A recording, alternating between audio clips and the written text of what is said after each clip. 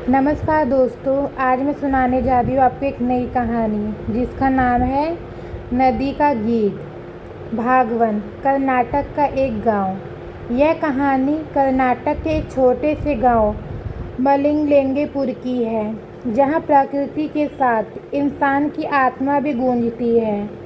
यह गांव कावेरी नदी के किनारे बसा था और यहाँ की मिट्टी, हवा और पानी में सादगी और संगीत दोनों बसे थे। इस गांव में एक लड़की रहती थी, रमा। रमा एक मध्यम वर्गीय परिवार से थी, लेकिन उसकी आंखों में बड़े सपने थे। वह बचपन से ही कर्नाटक संगीत की प्रेमी थी।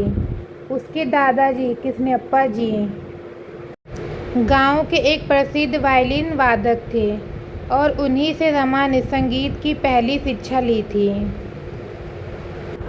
भाग 2, संगीत से मोहब्बत। रमा की सुबह सरगम के साथ शुरू होती और रातें राग यमन की मीठी लहरियों में डूब जाती। वह जब गाती तो कावेरी की लहरें जैसे थम जाती। गांव के लोग कहते, उसकी आवाज़ में खुद सरस्वती बसती है।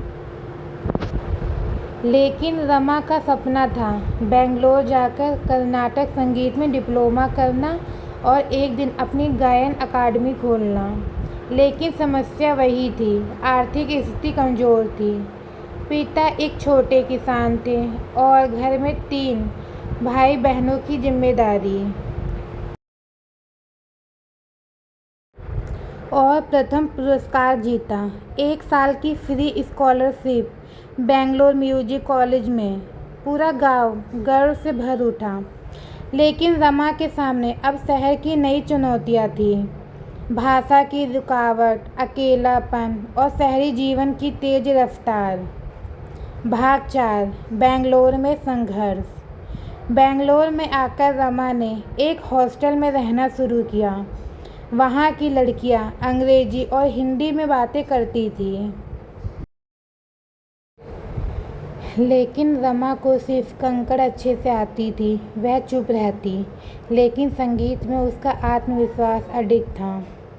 कॉलेज में उसे कुछ शिक्षकों ने उसकी भाषा और पहनावों को लेकर नीचा दिखाया, लेकिन गुरु श्री गणपति अय्यर ने उसके सुरों को पहचाना और उसे अपना शिष्य बना लिया।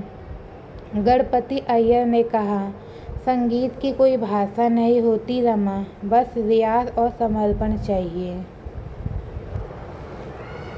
रमा ने दिन रात अभ्यास शुरू किया। वह कॉलेज के बाहर छोटे बच्चों को संगीत सिखाने लगी, जिससे उसकी फीस और खर्चा निकल सके।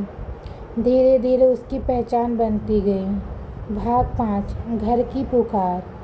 एक दिन रमा को गांव से खबर मिली, दादाजी बीमार हैं। वह तुरंत गांव लौटी। दादाजी ने कांपते हाथों से उसका चेहरा छूते हुए कहा, रमा, तुझे देखना चाहता हूँ मंच पर गाते हुए। तू हमारे गांव का मान बढ़ाएगी। दादाजी की मृत्यु के बाद रमा ने अपने संगीत को और गंभीरता से लेना शुरू किया। वह बेंगलोर लौटी और अपनी पढ़ाई पूरी की। फिर उसने कावेरी संगीत निकेतन नाम से एक छोटी सी संगीत अकादमी शुरू की। भाग 6, अंतिम सुर। रमा अब राज्य की जानी मानी गायिका बन चुकी थी।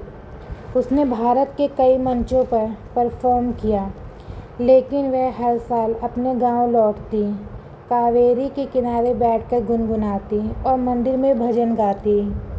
उसने गांव की लड़कियों के लिए संगीत शिक्षा मुफ्त कर दी। उसका सपना था हर बेटी को अपने सुर की पहचान मिले। एक दिन एक बड़ी कॉन्सर्ट में जब रमा ने राग शुद्ध कल्याण गाया, तो मंच पर खड़े हर श्रोता की आंखें नम थीं। उसे खड़े होकर सम्मान मिला। रमा ने मंच पर कहा, यह सफलता मेरी नहीं, मेरी मिट्टी की है, मेरे गांव की है और उस नदी की है जिसने मुझे हर दर्द में सहारा दिया। यह कहानी दर्शाती है कि हालात चाहे कैसे भी हो, अगर आप में जुनून, समर्पण और संस्कार हो तो कोई भी सपना अधूरा नहीं रह सकता। संगीत, मेहनत और मिट्टी से जुड़े रिश्तों की यह कहानी दिल को छू जाती है। तो दोस्तों, आज की ये कहानी यहीं पर ख़त्म होती है। आपकी मेरी ये कहानी कैसी लगी कमेंट में ज़रूर बताएं। अगर आप मेरे चैनल पे नए हैं तो मेरे चैनल को लाइक करें, सब्सक्राइब करें। आगे मैं आपको ऐसी और कहानियाँ सुनाती रहूँगी। धन्यवाद।